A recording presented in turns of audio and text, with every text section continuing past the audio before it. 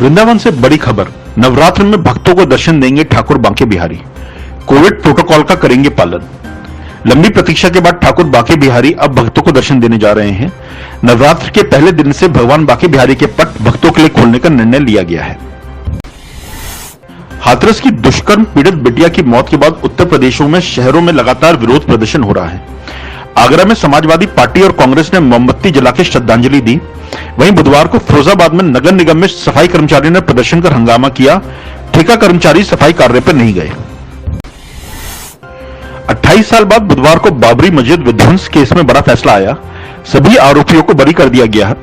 साध्वी रितंबरा और श्री कृष्ण जन सेवा संस्थान के कार्यकारी अधिकारी विजय बहादुर सिंह भी बरी हो गए। फैसला आने के बाद विजय बहादुर सिंह ने कहा, सत्य की जीत हुई। वहीं मथुरा में हिंदूवादी संगठनों में खुशी की लहर है। एटा जनपद के अलीगंज कस्बे में मंगलवार देर रात मामूली विवाद में दबंगों ने भाई बहन पर हमला बोल दिया। गाड़ी हटाने को लेकर विवाद ने तूल पकड़ लिया और दबंगों ने बहन और भाई को गोली मार दी। इस घटना में दोनों की हालत गंभीर है। इलाज के लिए उन्हें सैफई मेडिकल कॉलेज रेफर किया गया है।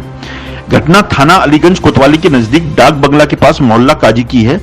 यहां मंगलवार देर रात गाड़ी हटाने के पीछे मामूली विवाद हुआ था। महेश चंद, शिवकांत, धर्मेंद्र के साथ रमाकांत का विवाद हो गया था।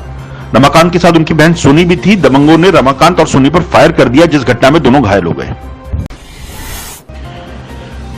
आगरा में कोरोना में सितंबर में संक्रमण की गति सबसे तेज रही। ठीक होने की दर में भी सुधार हुआ।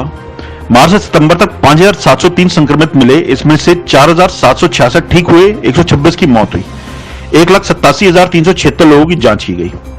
ताजनगरी में सितंबर में 2,733 लोग संक्रमित हुए, जबकि 2,332 लोगों ने वायरस को मात दी। संक्रमण की रफ्तार इसी महीने सबसे तेज रही।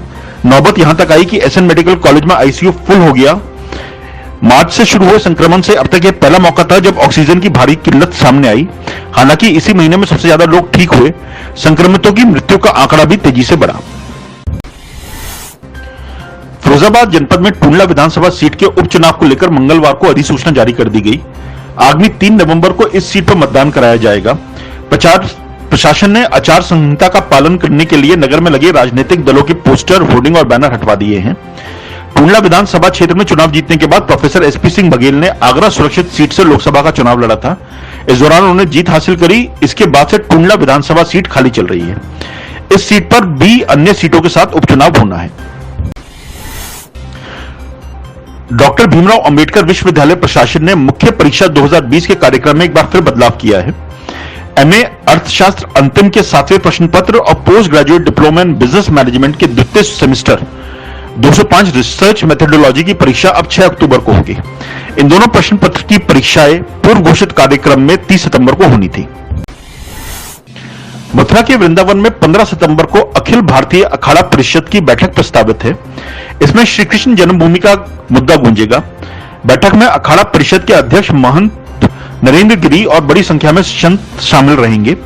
बैठक को लेकर तैयारियां जोश शोर से चल रही हैं। इधर श्री कृष्ण जन्मभूमि के मालिकाना हक को लेकर दाखिल की गई याचिका स्वीकार या अस्वीकार करने पर अदालत 30 सितंबर को निर्णय लेगी, जिस पर सबकी निगाहें हैं। फतेहाबाद में 19 जून को पकड़े गए कोक के सौदागर गैंग के सरगना विष्णुकांत सहित 9 आरोपियों के खिलाफ कोर्ट में चार्जशीट प्रस्तुत की जा चुकी है। इन पर अपहरण, धोखाधड़ी, किशोर न्याय अधिनियम की धारा 8, धारा 370 के आरोप लगाए गए हैं। 20 से अधिक गवाह बनाए गए हैं। मामले में नेपाल की अस्मिता अब तक हाथ नहीं आ सकी है। आगरा के थाना एमएम गेट के क्षेत्र के नल वाली बस्ती में बाइक मैकेनिक मुकेश की घर में सोते समय गला दबाकर हत्या कर दी गई। बुधवार सुबह चारपाई पर उनका शव पड़ा मिला। पत्नी और 2 बच्चे घर में ही थे। पुलिस को पत्नी और उनके करीबी पर हत्या का शक है। दोनों से पूछताछ की जा रही है। लेटेस्ट खबरों से जुड़े रहने के लिए देखें हमारा YouTube चैनल, करें लाइक, शेयर, सब्सक्राइब।